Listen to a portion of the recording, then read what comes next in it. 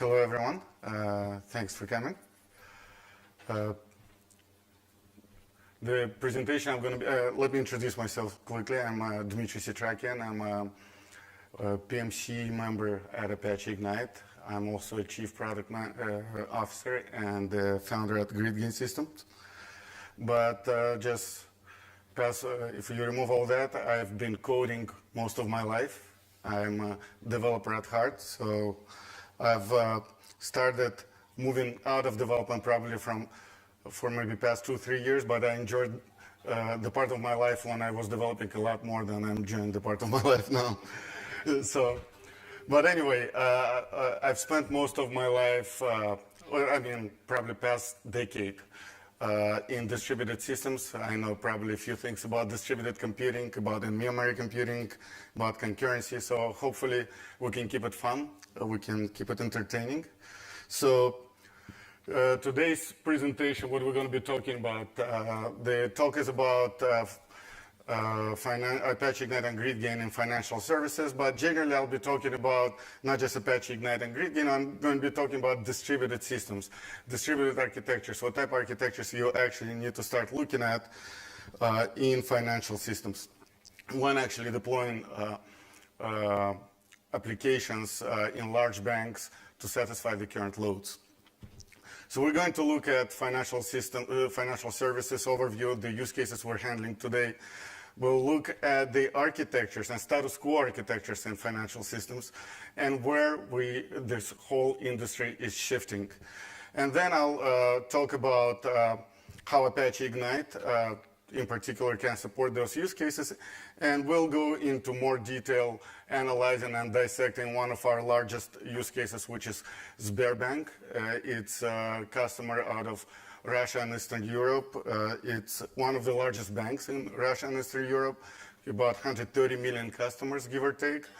And we'll actually look at their architecture, and we'll talk about how we're helping them implement this architecture at Sberbank and the challenges they're running into, because they're implementing one of the largest clusters in the world.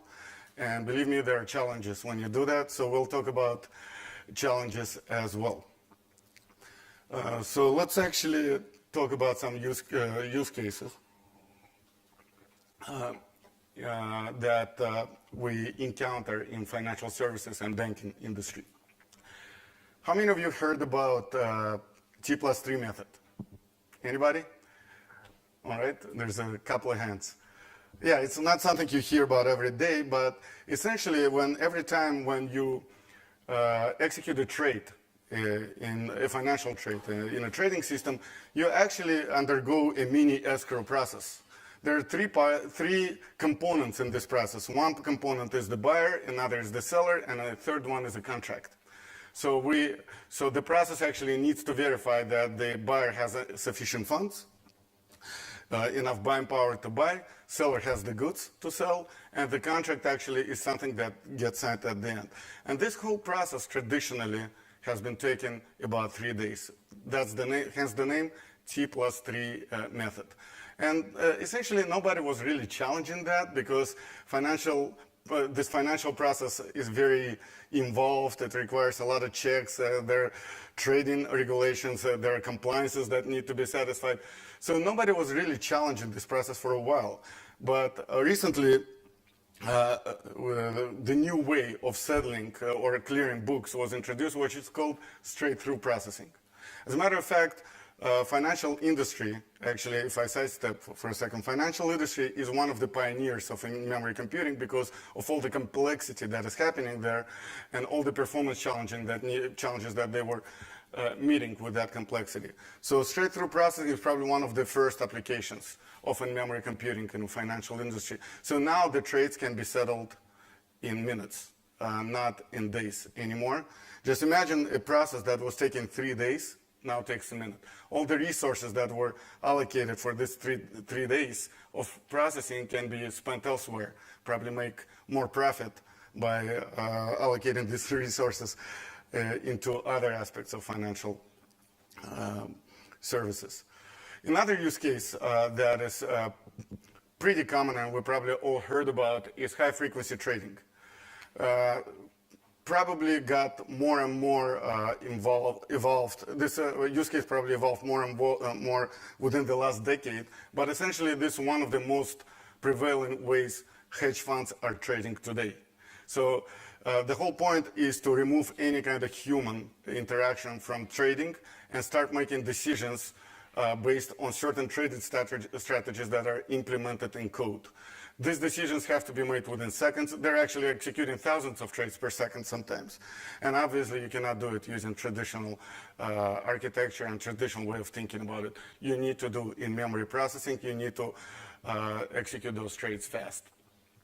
And last use case I'll probably mention here before we move on is probably the one we're all, as common folk, more familiar with, is fraud detection. I actually got contacted by my bank yesterday because they all of a sudden saw that credit card transactions started coming in from a different country and they got concerned. So my credit card activity triggered an alert somewhere in the banking system, and they've contacted me pretty quickly, actually. So obviously, most of my transactions happen in the US. That's where I live. All of a sudden, the transactions start happening in Europe, and moreover, I decided to stop by Barcelona on the way here, so I spent the day on the beach, and there were some transactions coming from there and then from Amsterdam. So they probably got very confused at the credit company, so they decided to call me.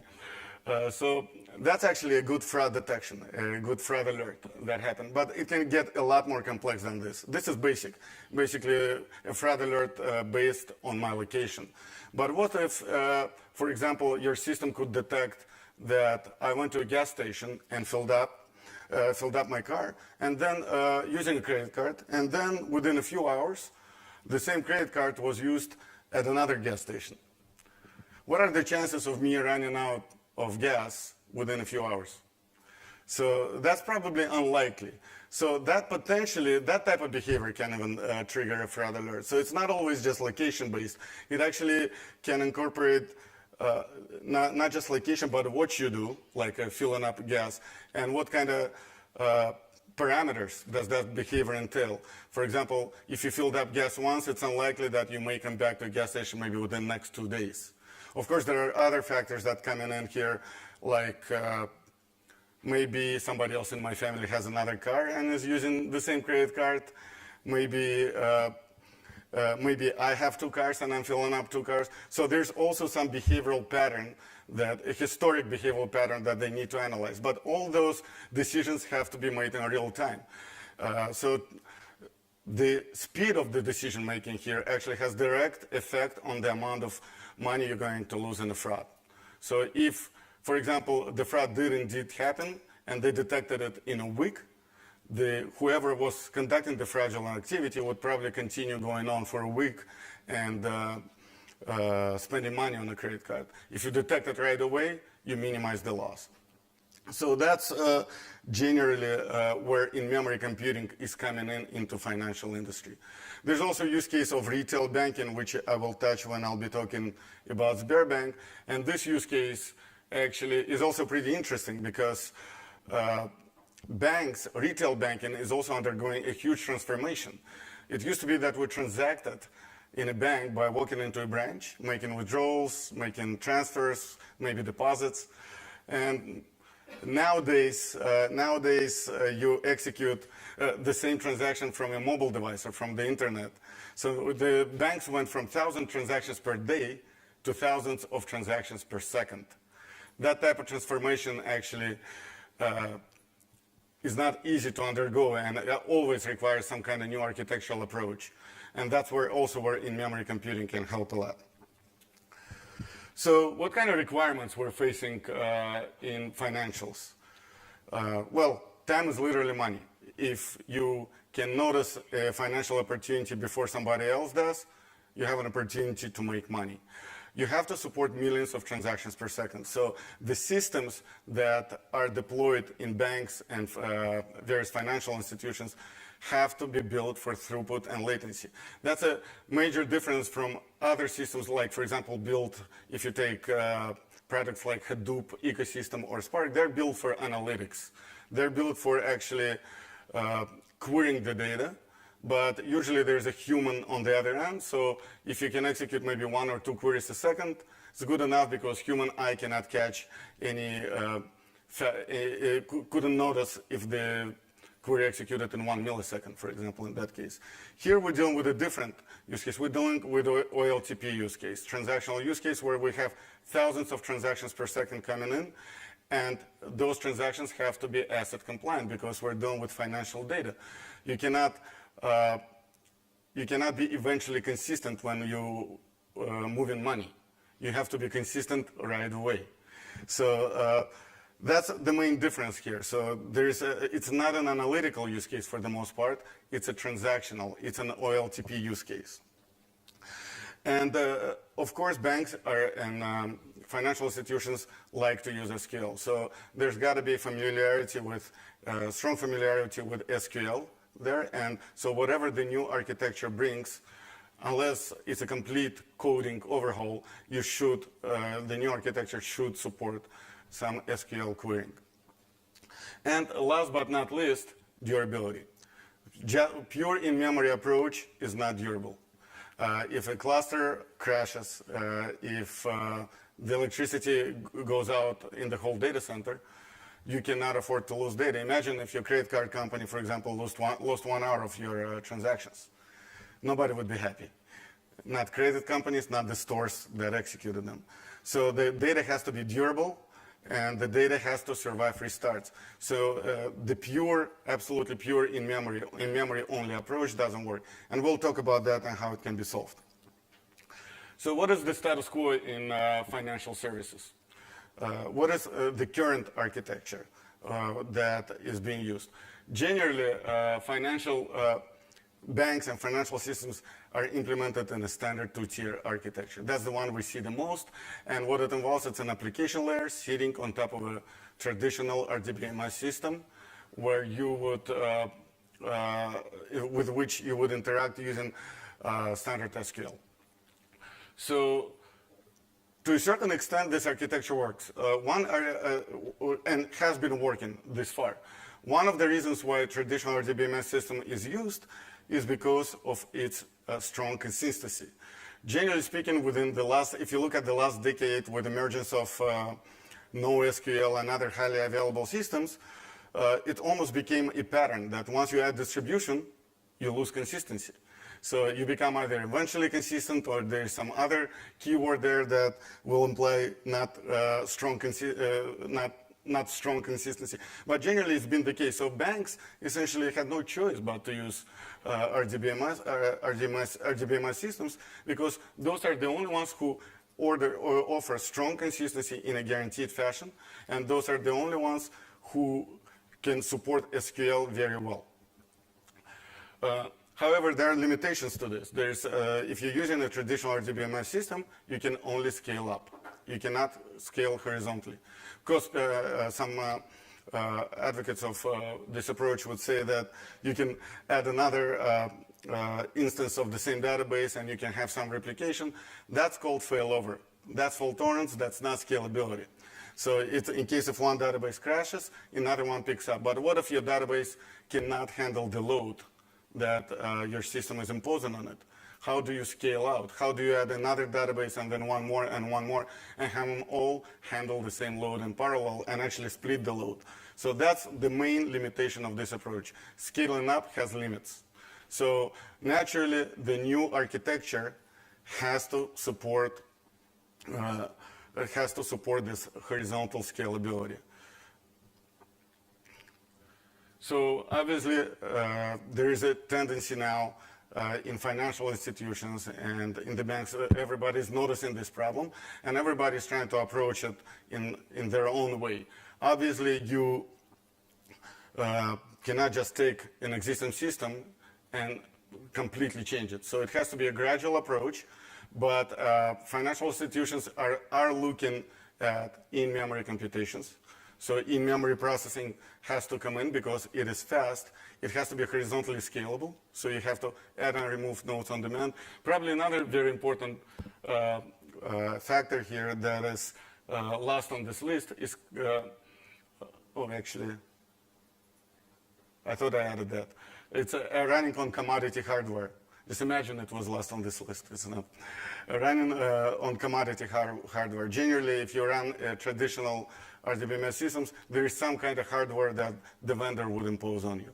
Here, you want to run on standard Linux boxes. You want to configure them how you want, and you want to scale them out. System has to be, of course, as I mentioned, continuously available and asset compliant. So how does Apache Ignite support this type of requirement? So let's actually look at what Apache Ignite is, because we've changed the definition with the new functionality we've released in Ignite 2.x. So Ignite added some new features. Main one is persistence. So now you can actually look at Ignite not just in memory system, but a memory-centric system. We prefer in-memory processing, but we don't require only in-memory processing. So it's a memory-centric platform that can act as a distributed SQL database and a key-value data grid in one platform. It's asset compliant, it's highly available, and it's horizontally scalable. So we actually are a system that is distributed and strongly consistent. That's one of the biggest limitations that you would encounter from traditional distributed systems so far, which actually required you to forego consistency because you're adding distribution. And another thing here, we're not just an SQL system, we are also a key value system. Why is key value important? Key value is important because when moving into a distributed architecture, you have to change the way you're thinking about processing your data. You're no longer processing your data in a client-server fashion, because if you think about it, how do traditional SQL systems work? You actually have a client, it issues an SQL query, the SQL query travels all the way back to the client, and that's where the processing happens.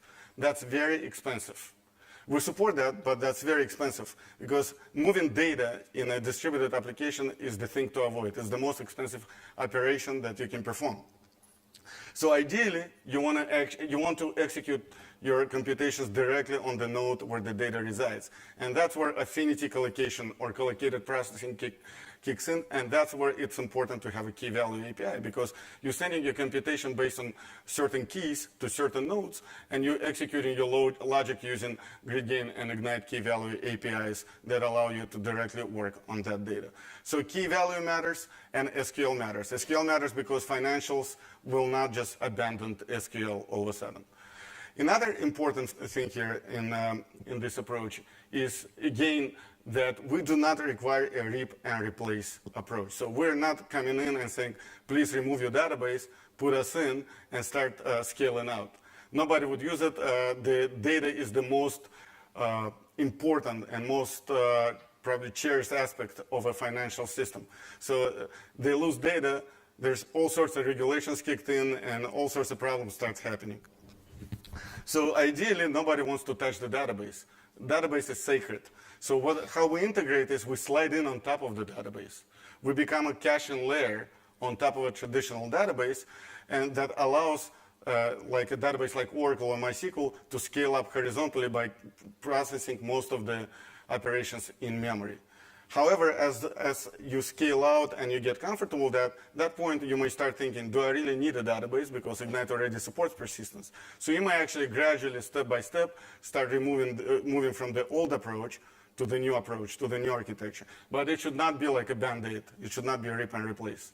You should be slowly coming to it, especially when dealing with something as sensitive as money. Nobody wants any mistakes when dealing with money. All right, so how do we achieve it in Ignite? What we have come up with is a concept of durable memory. We call it durable memory architecture. And why is it durable? Because it supports memory. It can execute equally well in memory and on disk.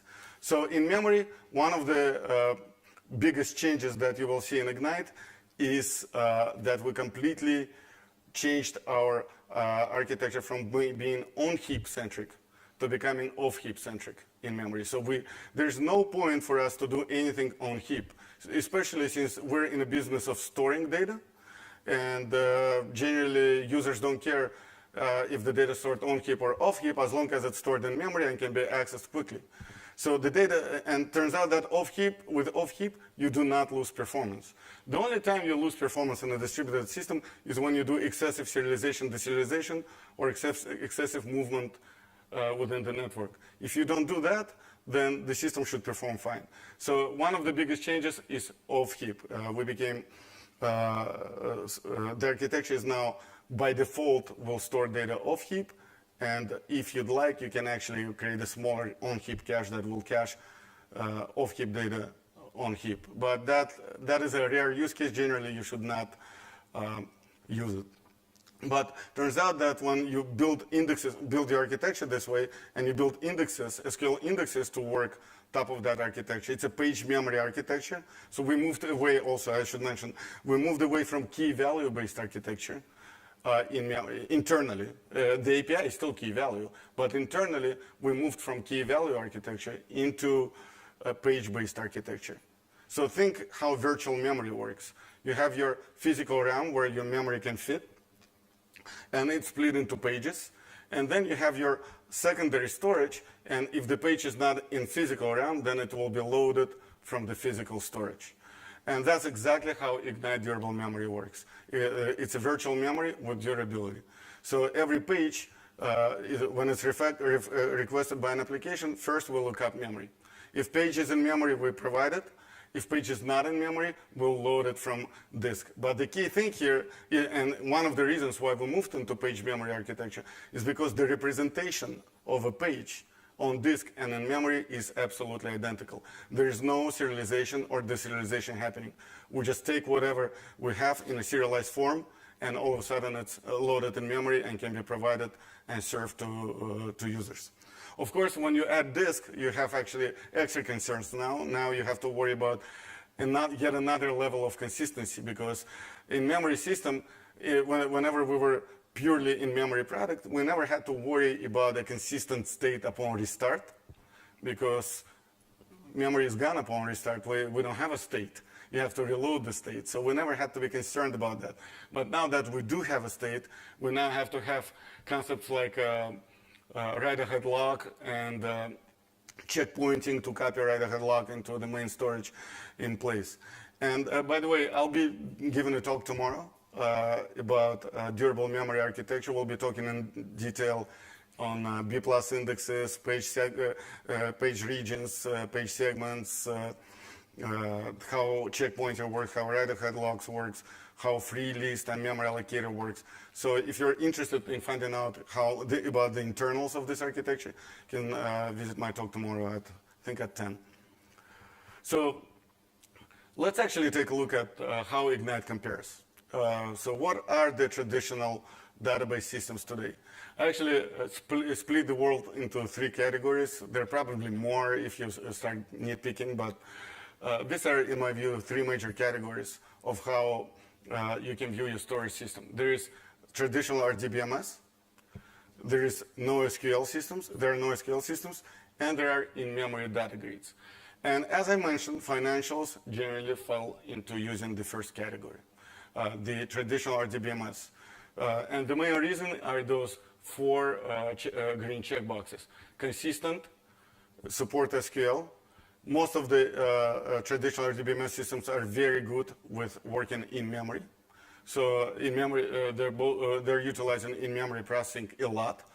And they all have persistence, so the data is not lost. However, where these systems fall short is horizontal scale. So if you actually start thinking about horizontal scale, RDBMSs do not provide that. They will, as I mentioned, provide failover. So you can actually have a copy of a database, and then if this one crashes, utilize that one. Or you can employ some very expensive distributed solutions, but they're also very slow and hard to deploy, and they provide very expensive and slow full replication. But generally speaking, there is no scalability and availability in the traditional RDBMS systems. And that's where NoSQL comes in.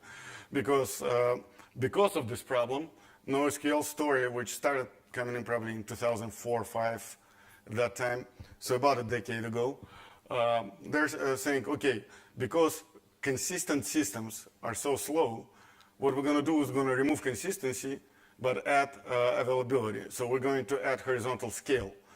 And so that's where the term eventual consistency came in.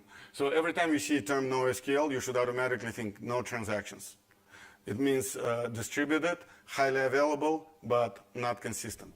The data is eventually consistent, which means that eventually it will be reconciled into a consistent state, which obviously does not work for financial data. Financial data wants to be always strongly consistent. And that's why in-memory data grids actually are probably very popular within financial industry as a product, because they provide horizontal scale, they provide strong consistency, strong availability, and they don't require rip and replace. So you can actually slide in on top of an existing database and make it work faster, make it scale better.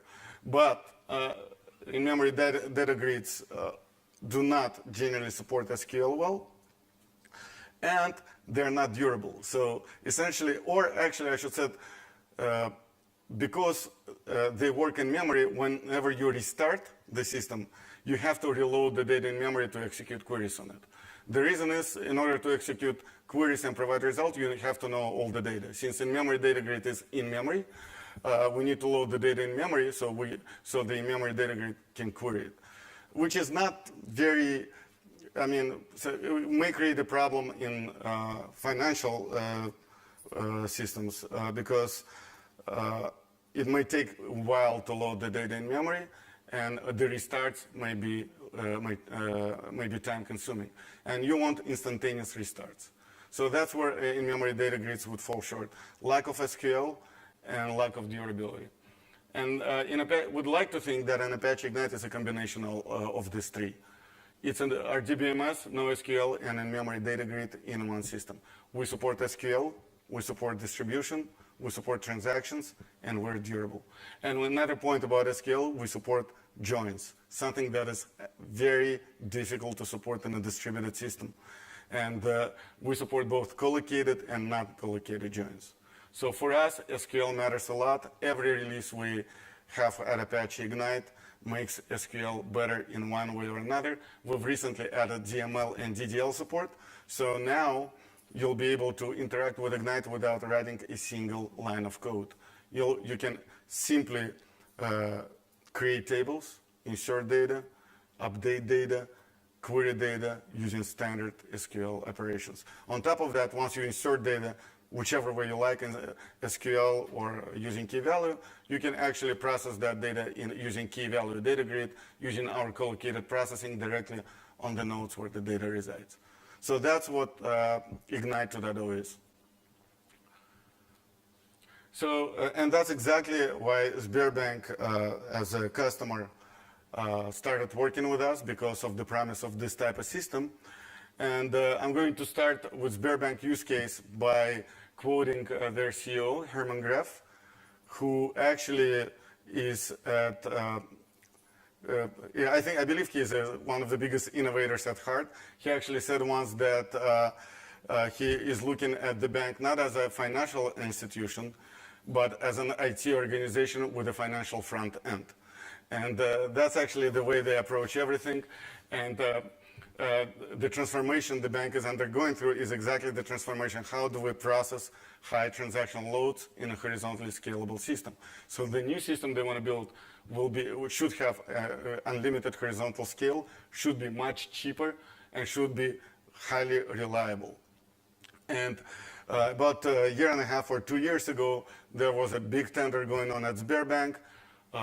We were competing there with IBM and Oracle and other big names in the industry. And GridGain came out on top. GridGain demonstrated the fastest performance and probably best richest functionality there because of our key value APIs and our SQL APIs.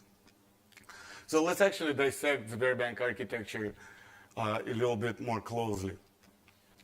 So as I said, Sberbank actually selected GridGain at the core of the retail banking. You won't find many financials that will start on a project like this, because retail banking is something that probably has been lagging the most in the digital transformation. But I think Sberbank is one of the first innovators here that recognized the need to be able to horizontally scale even at a core banking level. So every time a customer walks into a branch, every time a transaction is happening over ATM, online, over a mobile device, all those transactions will go through a distributed cluster, distributed GridGain / Apache Ignite cluster. And the requirements that are imposed on this cluster, first and foremost, the biggest requirement is this unified data space, unified data that can be served to any component within the bank. Traditionally, all the banks are built in such a way that every component has its own data. And it's very hard to interact between components and for one component to actually look at another component's data. Here we have a unified space, what I call a data as a service. So data has been really implemented in a way that it has an API, it becomes a service, and it's available to everybody. Their use case actually stores petabytes of data. Their clusters are about maybe 500 nodes plus. They have about 3 data centers. So it's one of the largest data grid / database clusters in the world, I would say. We're not there yet. We're still testing and implementing and deploying, but it's a gradual approach. So probably every quarter there are more and more pieces in this architecture that get implemented in production. And just to give you an idea about the scale of this deployment, because it's really hard to understand when you think about it in general terms. Yes, it's a cluster. Yes, it's distributed. How many of you heard about Cheyenne, one of the biggest supercomputers in the world? Well, you have today. So Cheyenne is one of the supercomputers built by SGI for weather predictions. NCAR, I think, is atmosphere something. So they built it for analyzing weather. It has about 4,000 nodes. It has about 50 petabytes of storage, about 300 terabytes of RAM. This, by the way, is a data center behind this name. So these are racks.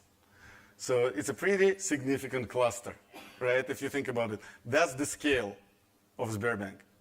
Give or take, it's not exactly this. Somewhere Sberbank actually exceeds the scale, somewhere it actually falls a little smaller. But generally speaking, this is the type of deployment that they're planning to implement. And this is the type of deployment that we're helping them achieve.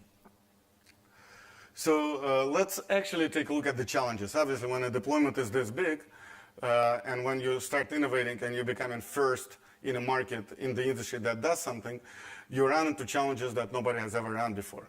So, and a lot of that we also learned and experienced together with Sberbank.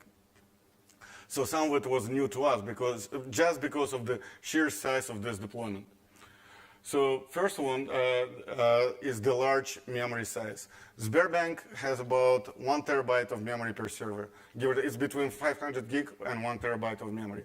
Obviously, traditional on-heap deployment doesn't work. So it's no matter how you configure garbage collector, it will fail you at some point on a memory size that big. You'll be able to postpone the inevitable, but at some point you will run into this like the world garbage collection pause, and your cluster will probably, on a memory size this big, probably will pause for maybe 5 to 10 minutes, doing nothing but collecting garbage. Obviously, that's not very much in line with SLAs at the bank.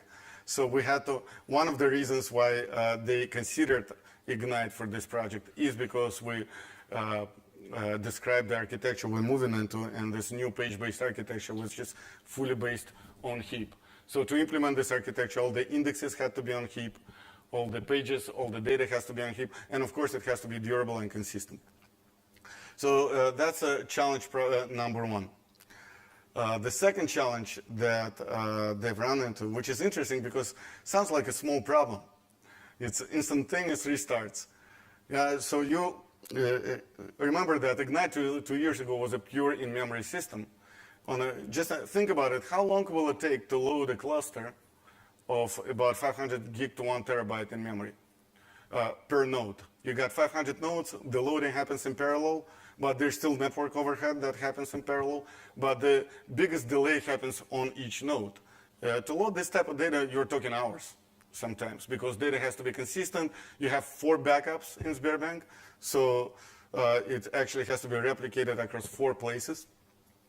So it's definitely falls short of the 5-minute SLA that they have about downtime at the bank. So in order to have an instantaneous restart, you need to be able to work from disk.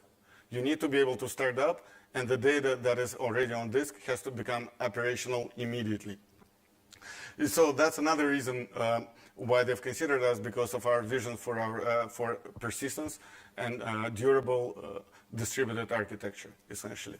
So now that we persist data and we can restart system on the data that already resides on disk, there's no warm-up step.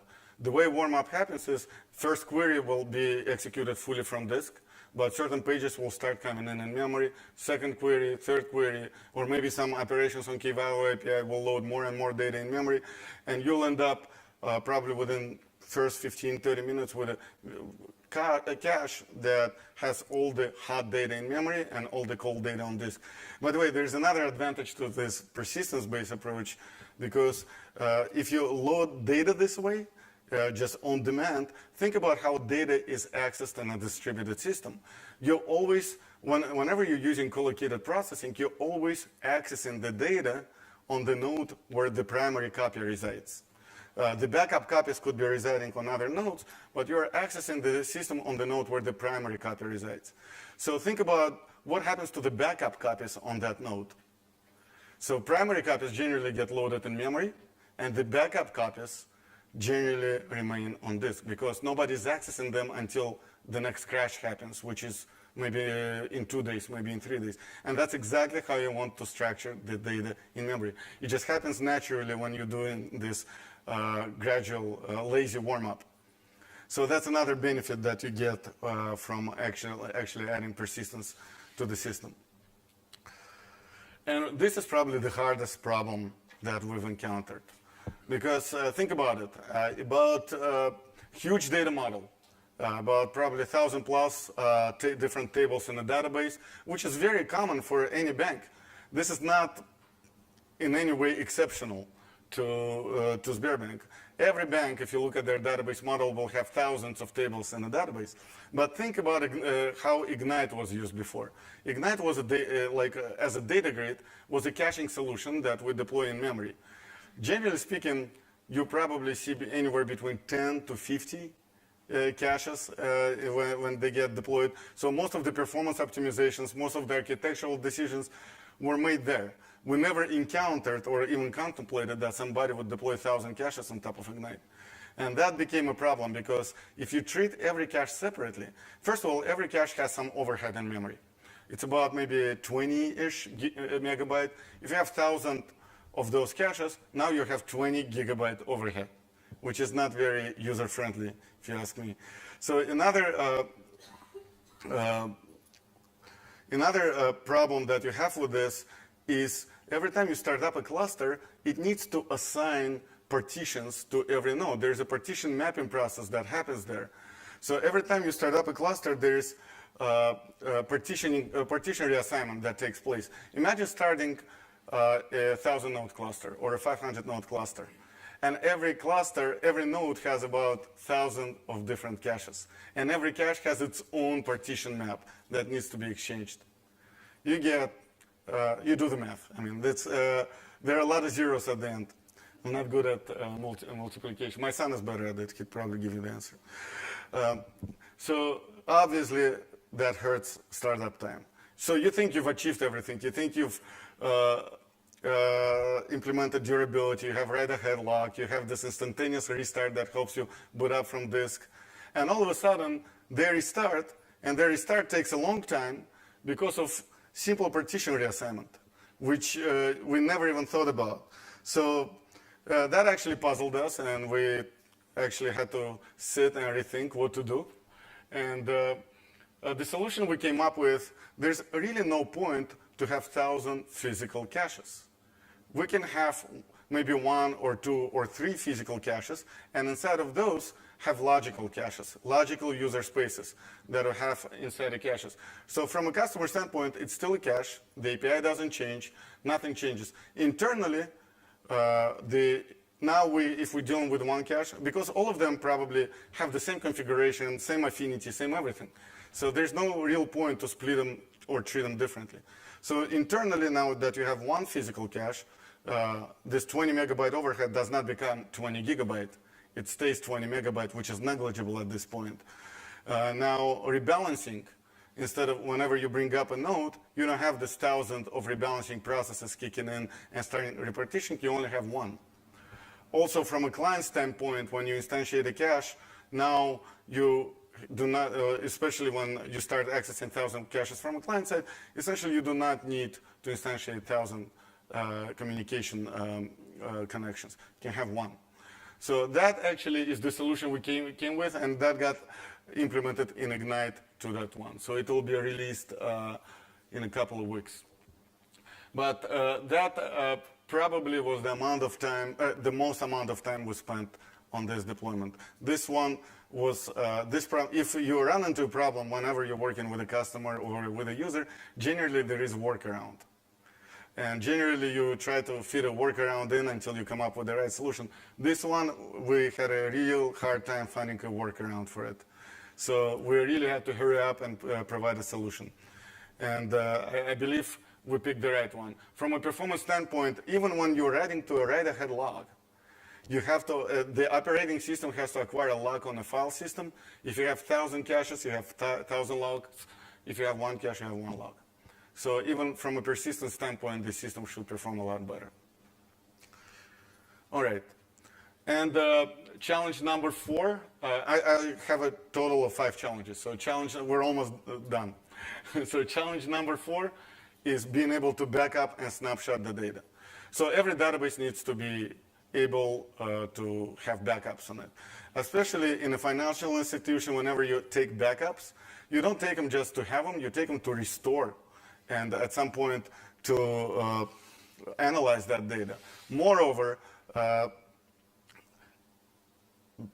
whenever you analyze, you may be analyzing for hacks, for malicious activity, for fraud, but the most common problem that happens is a software bug. A new software got deployed, the wrong amount of money got withdrawn from a number of accounts, the wrong amount of money got deposited into a number of accounts. So how do you fix it? First, you need to come up with understanding what happened. You don't want to experiment on a live system. You don't want to start trying things and trying to understand things on a live system. You need to create this, you need to take a snapshot, you need to restore to a previous snapshot, and you need to analyze on a previous snapshot. But guess what? Nobody has a spare 500 node cluster just sitting around waiting for this type of analysis to happen. So you need to be able to restore on a much smaller cluster. So that's another challenge that we've run into. Not only taking a distributed snapshot of the data, which is a huge problem on its own, because the data has to be consistent. When you take a snapshot, you cannot have data stored to disk in a semi-transactional state. So whenever a transaction is executed, you have to know when it's committed. So all of that has to be taken into account. So not only that, but you also have to restore on a small, you copy that snapshot somewhere, put it into one directory instead of 1,000, and then on a network somewhere, and then restore to it from a much smaller, maybe a 20-node cluster and not a 1,000-node cluster, and analyze the data on a 20-node cluster. So in order to support that, this is a GridGain feature. It's not an Ignite feature. It's a feature that will be available in a GridGain Ultimate Edition. But what we've come up with the concept of a full and incremental backups. To take a backup of several terabytes of data on each node, even if you're doing it in parallel, will take hours. It has to be done consistently. It has to be stored on disk. And again, in banks, you usually want to take backups more often, maybe every 30 minutes, maybe every 15 minutes, maybe every hour. So you cannot afford to be taking full backups all the time. We have to have a capability for incremental backups. So an incremental backup is a delta from either from last full backup or from the last incremental backup. So to get an incremental backup, so to restore to an incremental backup, you have to have a full state of the full backup and all the incremental backups that came before it. And if you take, for example, a full backup at night once every 24 hours, you can get away with taking incremental backups maybe every 30 minutes, every hour. And then those will happen to be your restoration points. Of course, the backups needs to be managed and scheduled, which we also do. But another feature that we're working on, we don't have it yet, but we have to implement it again because of the financial use case, is point-in-time recovery. Sometimes you need to recover to a state that doesn't match exactly the snapshot. It's snapshot plus T. Snapshot plus 15 minutes, snapshot plus 30 minutes. And that's actually even harder to do in a consistent fashion. And we're also working on it right now. So that's a challenge number 4. And the last challenge that I'm going to talk about before I move to Q&A is a transactional data center replication. Very interesting use case, because generally whenever you start doing transactional replication, you actually have to understand your performance will significantly degrade. It's very, very expensive to commit a transaction only when it got to the other data center. So you have to be very selective about which data you replicate across using transactional replication. And that's one of the reasons why GridGain so far has been only providing atomic consistency on replication and not transactional. So it's possible then when you use GridGain DR, GridGain Data Center Replication, you may get transactional data that is split into multiple pieces. And you may get that data in any order on a remote cluster. But when you do that, your replication works a lot faster. So obviously we don't have transactional DR right now, and transactional DR can really improve performance in some cases on some data. So how do we solve this problem? So we actually came up with an approach. We got together, we thought about it, and again, we came up with an approach that we will deploy the same cluster across multiple data centers. But to avoid having gazillion amount of nodes in the same, to manage for the same data, we're going to split data into geographical regions, into cells. And maybe a cell is a cluster of 8 nodes, or maybe 10, or whatever you configure. And the way you would do it is you configure your affinity function that is responsible how you distribute your data. You configure it in such a way that a primary copy and a backup copy will be on one side of the data, on one data center, and 2 other backups will be on the other data center. If you configure affinity this way, then in case of any disconnect, in case of any crash, you get a situation where any data center has at least 2 copies in memory and on disk or in memory. So you can actually restore to another data center. But this cell-based approach has another advantage. You can scale every cell separately. So think about it. Let's say you allocated a certain postal index or a certain city within a country into a cell. So now, or you have multiple cities, they all have different cells or multiple geographical regions. And all of a sudden, there is some kind of event happening, maybe Olympics happening in that city. All of a sudden, you have a huge boost in transactions overload. So you want to add more service to the cell. You want to scale that cell independently from others because nothing changed about the other cells. Only this one is being affected. So it allows you to scale different cells independently from others. And Ignite has always had a support for this type of deployment. We have a concept of cluster groups, which is exactly how this is implemented. And every cluster group is deployed across multiple data centers. So it's a temporary solution. At some point, we will, hopefully by the end of the year, we'll add a transactional replication. And we won't have to deploy the same cell across multiple data centers. We'll handle it by replicating it in transactional fashion. But the concept of the cells will remain. The cells itself, as an architectural concept, is very cool. Allows you to scale independently, allows you to grow independently, manage them independently, especially in a cluster where you have 500 nodes. Very hard to get a picture of where 500 nodes are, but much easier for a human being to look at 8 nodes and understand the cell is performing well or it doesn't perform well. So the concept of the cells will remain. So that's the last challenge.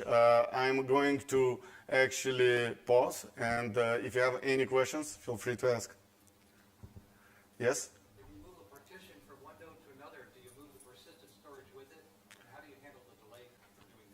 So that's a good question. I'm going to repeat the question. So the question is, whenever you move the partition from one node to another, does the persistence move, the persistence store move with it? So there are several parts to this question. First of all, whenever a system operates normally, you have primary copy and backup copies, and at that point you never have to move it. You already have allocated you already assigned nodes, and so every update will involve update the backup copies either synchronously or asynchronously depending on your configuration. So now let's say you're adding more nodes to the cluster. Now every node has to take a little bit of a small portion of its partitions and allocate them to the new node so the load can be shared. This process has to be split in two parts. First one, all the nodes in the cluster have to have identical information about mapping, where each partition is. Just imagine what would happen if that wasn't the case, right? You execute a transaction from two different places, they get two different ideas where the data resides, you get God knows what type of data at the end. So that step has to happen consistently, but that does not involve any data. That simply involves that all nodes have to consistently get the same picture about where each partition, primary copy, and where each backup copy is. So once that happens, after that, so the new node that comes in will always be a backup until it finally gets the full state. So the cluster continues to operate as if the node is not there. The state starts moving in the background, and when the move completes, at that point, a primary assignment may shift to the new node. Yeah, no, the data is, we don't distinguish that way. We're just moving the data, whatever, and the data, if you have persistence enabled, by the way, you can enable or disable persistence depending on your requirements. So if the persistence is enabled, it will be persistent. Yes? In what, I'm sorry?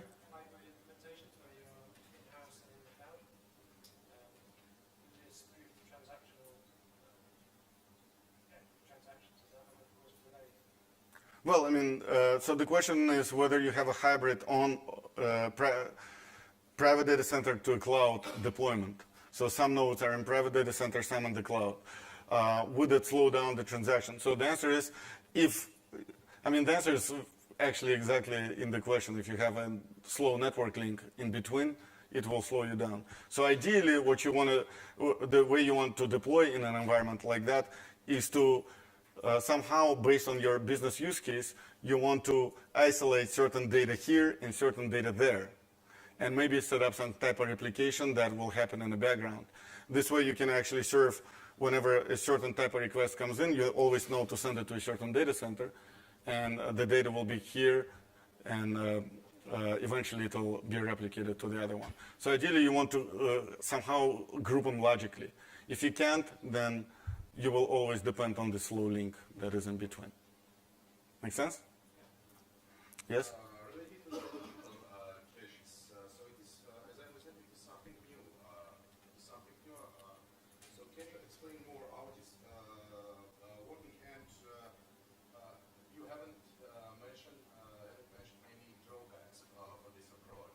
So some synchronization problems or some performance slowdown using logical caches. All right, so what type of challenges, what type of changes you should expect with logical caches and performance problems, if any? I'll start with performance because it's easy. We actually had this approach before, and we abandoned it when we, more than probably 4 years ago, in a case of a data grid. Because think about it, you could actually avoid this per cache overhead, and deploy everything in one cache and logically split up. However, until recently, when Ignite was a purely in-memory product, the data was split as a distributed hash map. So everything is a hash map, and every data access happens on a per key basis.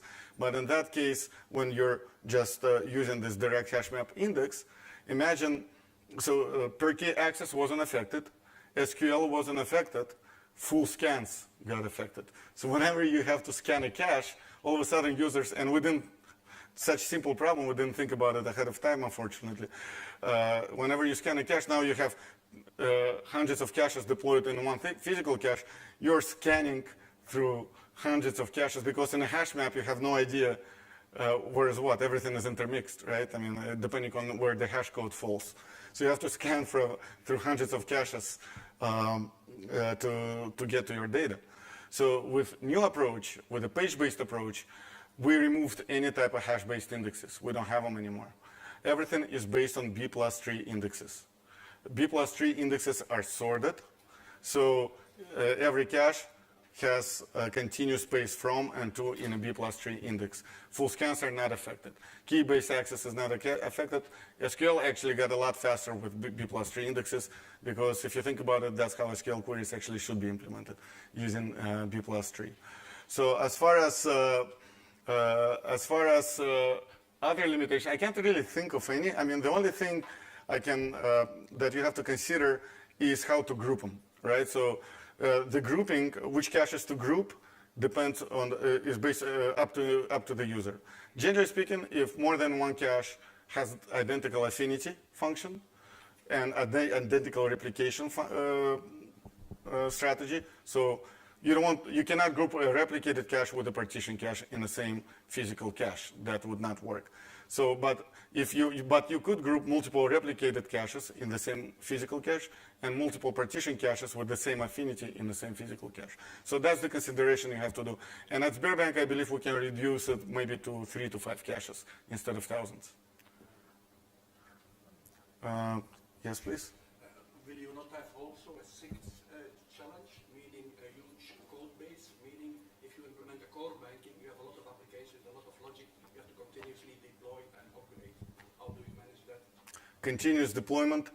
Generally speaking, again, there's a zero downtime or 5-minute SLA that you have to satisfy. It should happen, the way banks would usually do it, and the way Sberbank, I believe, is planning to do it, is per data center. First this one, then close that one, close this data center, upgrade this one, shut it down, upgrade, the other one works. Bring it up, replicate the data, do the same to the other one.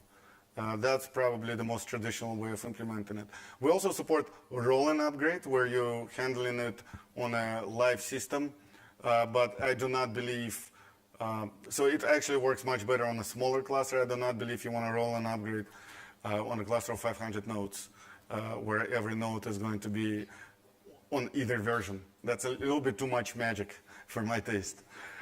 Yes? I'm sorry, yes?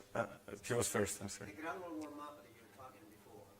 I'm sorry? Gradual warm-up that you were talking before. Gradual warm-up, yes. And using the disk and go straight and do a search on the disk in that way. Mm-hmm. Do you see any degradation in performance? Of course, yeah. So the question is, whenever the data is still on disk and not in memory, is there a performance degradation? Generally speaking, yes. How much depends on the characteristics of your disk.